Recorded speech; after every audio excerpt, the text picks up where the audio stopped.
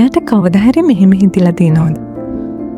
මගේ ලයිෆ් එකේ තාම මට අවශ්‍ය කරන සාර්ථකත්වයට යන්න බැරි වුණානේ කියලා. ඔයාට ඒ වෙනුවෙන් හොඳ ගෝල් එකක් තියනවා වෙන්න පුළුවන්. ඒ වෙනුවෙන් ඔයාට හොඳ ඇක්ෂන් ප්ලෑන් එකක් තියනවා වෙන්නත් පුළුවන්. ඔයා මහන්සි වෙලා මේ ඇක්ෂන් ප්ලෑන් එක ක්‍රියාත්මක කරනවා වෙන්නත් පුළුවන්. හැබැයි ඔයා හිතුවද ඔයාගේ සාර්ථකත්වයට බලපාන තවත් වැදගත් කාරණාවක් ගැන ඔයාට හිතන්න අමතක වුණා කියලා? ඒ තමා ඔයා වටා ඉන්න පිරිස.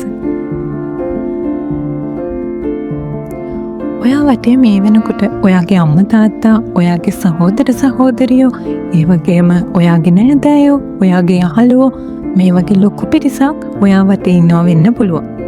මේ හැම කෙනාම ඔයාගේ යන ගමනට ආශිර්වාද කරනවද? ඔයා ඔයාගෙන් අහලා බලන්න, ඔයා වටේ ඉන්න පිරිසෙන් කී දෙනෙක් ඔයාගේ ඊළඟ ගෝල් එකට යද්දී ඔයාට අත දෙන්න උදව් කරනවද? ඒ වගේම ඔයා වටේ ඉන්න මේ පිරිසෙන් කී දෙනෙක් ඔයා වෙනුවෙන් ආශිර්වාද කරනවද? එහෙම නැති පිරිසකුත් ඉන්නවා. පිටින් ඔයාට ආශිර්වාද කරනවා වගේ පෙන්නුවාට ඇත්තටම ඔයාගේ සාර්ථකත්වය, ඇත්තටම ඔයාගේ දියුණුව දකින්න අකමැති පිරිසකුත් ඔයා වටේ ඉන්නවා. ඉතින් ඔයා මේ සාර්ථකත්වයට යන ගමනදී මුලින්ම ඔයා වටේ ඉන්න එන්වයරන්මන්ට් එක හරි විදිහට නිර්මාණය කරගන්න ඕනේ. ඔයා වටේ ඉන්න පිරිස ටොක්සික් නම් අනිවාර්යෙන් ඔයාගේ ලයිෆ් එක ඔයා දන්නේම නැතුව අන්සක්සස් වෙන්න පටන් ගන්නවා. ඔයාගේ සාර්ථකත්වය දවසින් දවස ඔයාගෙන් ඈතට යන්න පටන් ගන්නවා. ඔයා මොකක් කර බිස්නස් එකක ස්ටාර්ට් කරන්න පටන් ගන්නකොටම කෙනෙක් කියන්න පුළුවන්, අනේ ඔය බිස්නස් එක කරලා වැඩක් නැහැ.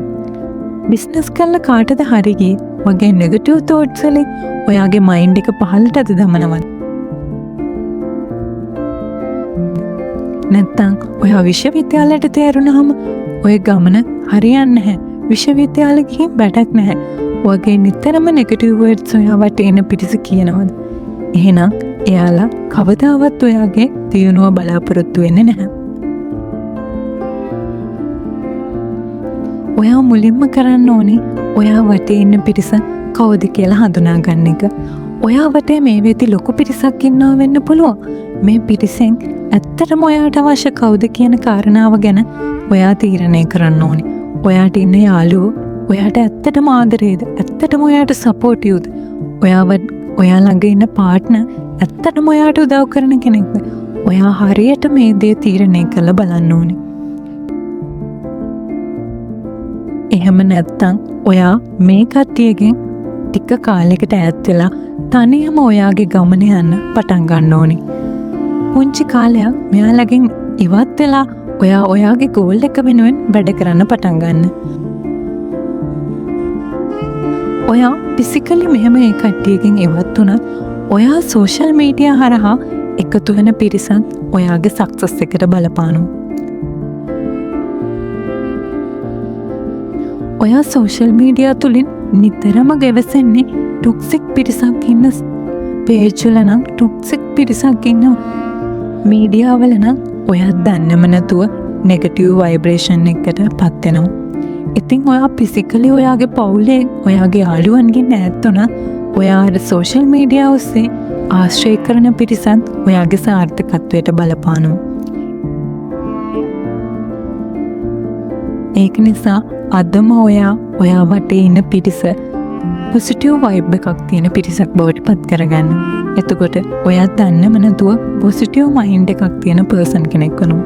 ඔයා දන්නේම නැතුව අඩියෙන් අඩිය ඔයාගේ සාර්ථකත්වයට යන්න හැකියාව ලැබෙනවා. අදම ඔයා ආශ්‍රය කරන පිරිස ඔයා තීරණය කරන්න.